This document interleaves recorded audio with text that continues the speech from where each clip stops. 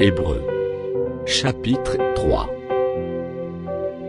C'est pourquoi, frères saints, qui avez part à la vocation céleste, considérez l'apôtre, et le souverain sacrificateur de la foi que nous professons, Jésus, qui a été fidèle à celui qui l'a établi, comme le fut Moïse dans toute sa maison. Car il a été jugé digne d'une gloire d'autant supérieure à celle de Moïse, que celui qui a construit une maison, a plus d'honneur que la maison même. Chaque maison est construite par quelqu'un, mais celui qui a construit toute chose, c'est Dieu. Pour Moïse, il a été fidèle dans toute la maison de Dieu, comme serviteur, pour rendre témoignage de ce qui devait être annoncé.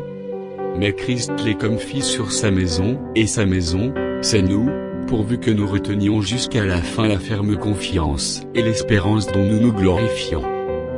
C'est pourquoi, selon ce que dit le Saint-Esprit, aujourd'hui, si vous entendez sa voix, n'endurcissez pas vos cœurs, comme lors de la révolte, le jour de la tentation dans le désert, où vos pères me tentèrent pour m'éprouver, et ils virent mes œuvres pendant 40 ans. Aussi je fus irrité contre cette génération, et je dis, ils ont toujours un cœur qui s'égare. Ils n'ont pas connu mes voies.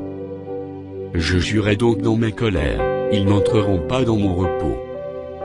Prenez garde, frères, que quelqu'un de vous n'ait un cœur mauvais et incrédule, au point de se détourner du Dieu vivant. Mais exhortez-vous les uns les autres chaque jour, aussi longtemps qu'on peut dire, aujourd'hui.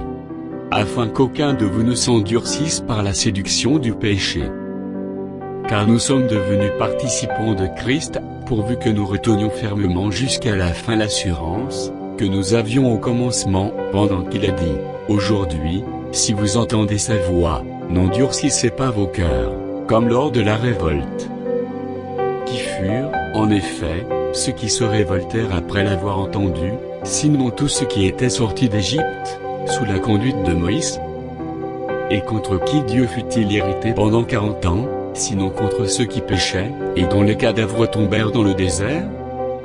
Et à qui jura-t-il, qu'il n'entrerait pas dans son repos, sinon à ceux qui avaient désobéi? Aussi voyons-nous qu'ils ne purent y entrer à cause de leur incrédulité.